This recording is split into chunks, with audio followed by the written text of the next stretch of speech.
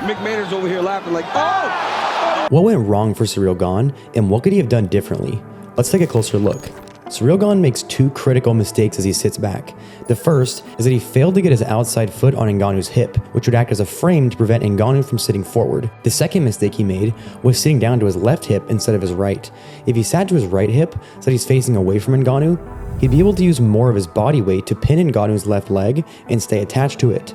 The failure to do both of these things allowed Ngannou to build himself up and break through the opening between Gane's legs. Now from here, because Ngannou is loading his weight onto his left leg, a great option for Gane is to get a collar tie with his left hand to keep Ngannou's weight forward, kick Ngannou forward to make his hips light, and transfer his right leg underneath his left leg. From there, he can elevate Ngannou, kick his right leg through, and gather Ngannou's right leg to end up in cross-ashi. This is a fantastic position to attack an inside heel hook while remaining very safe from counterattacks. But Gane doesn't do this and ends up in half guard. You'll notice that Ngannou has most of his weight off to his left hip, and as he brings his left knee up, all of his weight shifts from his left hip to his chest, and his control is pretty weak. He has no crossface, which allows Gane to turn into him and acquire this scoop grip on his near leg. Ngannou also has poor chest-to-chest connection, which is critical for pinning people in top position. So Gane responds by doing a really nice knee lever or John Wayne sweep. He shifts his hips from facing the right to the left, and as he does this, his inside leg dumps Ngannou over.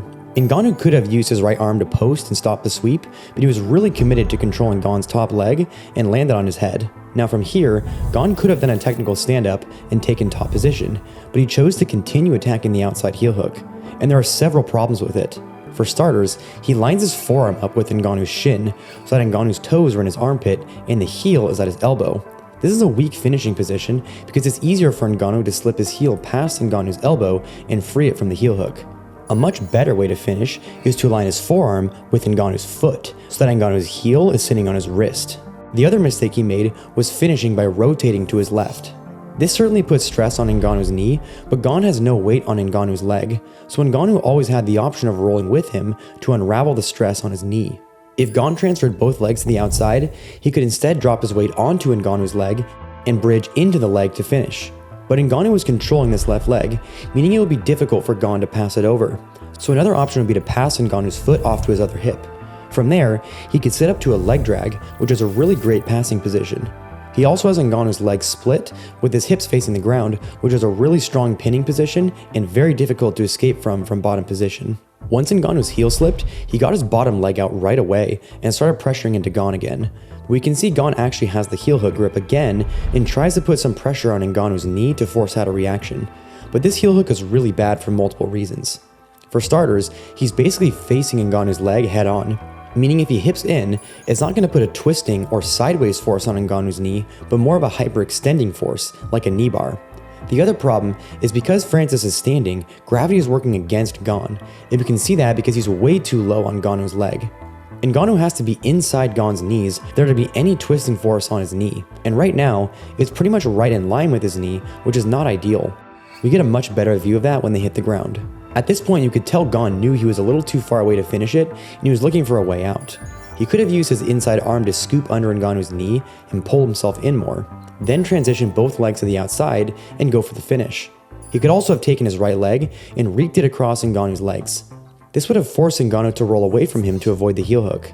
Gane probably wouldn't have finished it because there's nothing stopping Ngannou from rolling to relieve the pressure, but it would have forced Ngannou to roll away, which would have at least created a scramble and he could get back to his feet. Another option would be to pummel his left leg back to the inside, then pass this foot to his other hip. From there, Ngannou can't really pressure into him and get to his back, and Gane can just sit up into a leg drag position and start passing. Now I don't really understand what Gane was trying to do here. He basically turned over into a turtle position and just let go of Ngannou's legs, which gave Ngannou free access to his back. I actually don't think it was a mistake for Gane to attempt these leg attacks. The problem was in the execution of them, because as I showed, there were a lot of opportunities for him to attack in ways that he didn't, or abandon the leg attacks and take a dominant top position or a strong guard passing position, and he didn't do that either. Gane's major mistake here was that he rushed the finish attempts. He never got to an ideal leg entanglement position to get a strong finish, and his finishing mechanics were also not great, so he never really put Ngannou in danger that could have created a strong defensive reaction and opened other opportunities for other leg attacks or passes. And the other problem is he overcommitted to a lot of these attacks. Things never go perfectly according to plan in situations like this, so you have to be able to adapt, change your attacks in response to your opponent, or use your opponent's reaction to take top position or pass the guard.